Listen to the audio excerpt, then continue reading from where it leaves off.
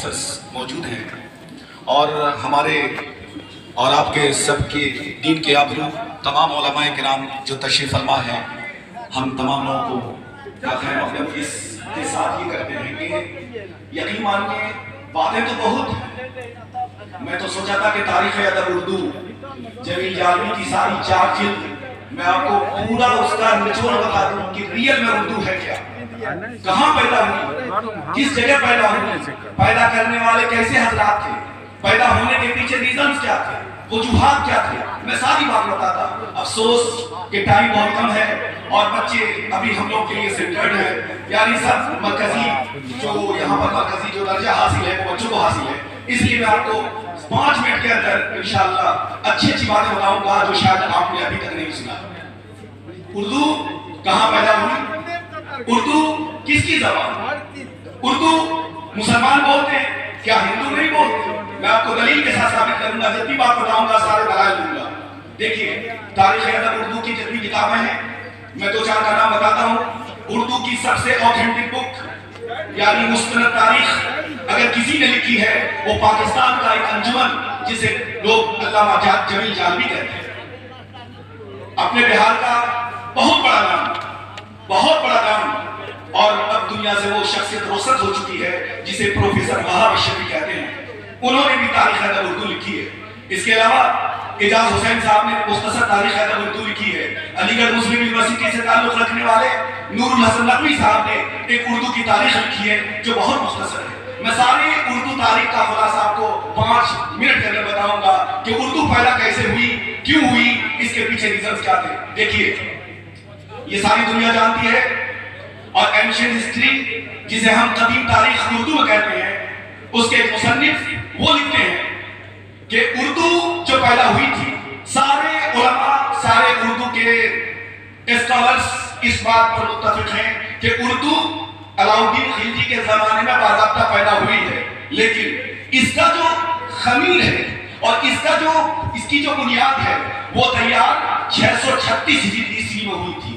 یہاں سے سنیے گا، 636 عیسوی میں اردو کی باقاعدہ تاریخ لکھی ملتی ہے۔ اس کے بعد جب محمد بن قاسم سندھ میں آتے ہیں 712 میں، اس کے بعد ہمارے یہاں ہندوستان کے ہمارے ہندو بھائی، ہمارے سارے ہندوستان کے ناگرک شہری تمام لوگوں کا ان آنے والوں لوگوں کے ساتھ جب اٹریکٹ ہوتا ہے، جب آپس میں ایک دوسرے سے بات چیت ہوتی ہے، ایک دوسرے سے تعلق پیدا ہوتا ہے، ایک دوسرے سے میل جول ہوتا ہے، اس کی وجہ سے اردو زبان پیدا ہوئی۔ اور آپ کو سن کر کے تعجب ہوگا کہ ایک شور سے نہیں اپرنس ہے، جو لوگ لسانیات لنگوسٹک جانتے ہوں گے وہ جانیں گے، جو اردو والے ہم کو میں تھوڑا اپنی زبان بتاتا ہوں۔ لسانیات کے ماہر یہ کہتے ہیں جیسے ایک بہت بڑا نام جس کو آج اردو والے بھول گئے ہیں، اور اتنا بڑا نام تھا کہ پوری دنیا کے اندر سب سے بڑا شاعر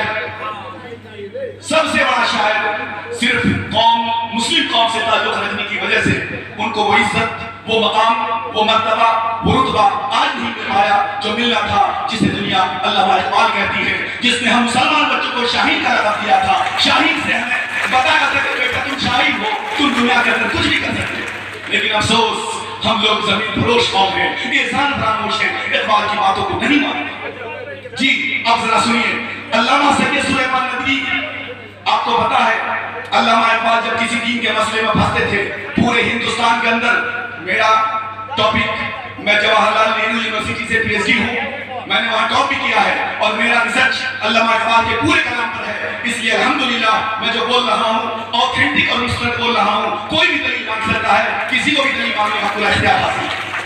علامہ اقبال جب پھنستے تھے کسی دین کے مسئلے میں تو پورے ہندوستان میں اگر تصوف کی بات ہوتی تھی تو خواجہ حسن نظامی سے باتیں کیا کرتے تھے، لیکن اگر کوئی علمی مسئلہ ہوتا تو پورے ہندوستان میں دارالعلوم دیوبند کی ناز، آن، بان، شان، جسے دنیا علامہ انور شاہ کشمیری کہتی ہے، ان سے ان کا رابطہ ہوا کرتا ہے۔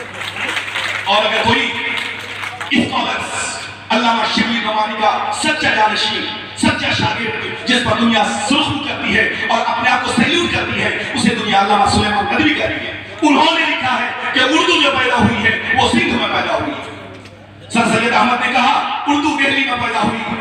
ڈاکٹر شوق زواری نے کہا کہ میرٹھ، سلطان نگر، مظفر نگر کے علاقے میں اردو پیدا ہوئی۔ اردو کہیں بھی پیدا ہوئی، اردو باہر کی زبان نہ تھی، نہ ہے اور نہ رہے گی، تاریخ بتاتی ہے۔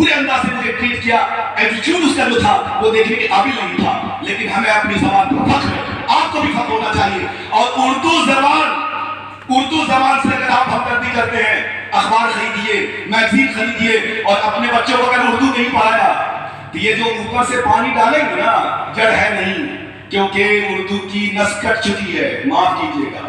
اوپر سے پانی کتنا بھی ڈال لیں گے، اس کے اندر تھوڑا سا گرینری آ سکتی ہے، ہریالی پیدا ہو سکتی ہے، لیکن اس سے اردو کا کوئی بھلا ہونے والا نہیں ہے. اس لیے آپ لوگ عزم کر کے اٹھے کہ انشاءاللہ ہم خود بھی اردو پڑھیں گے.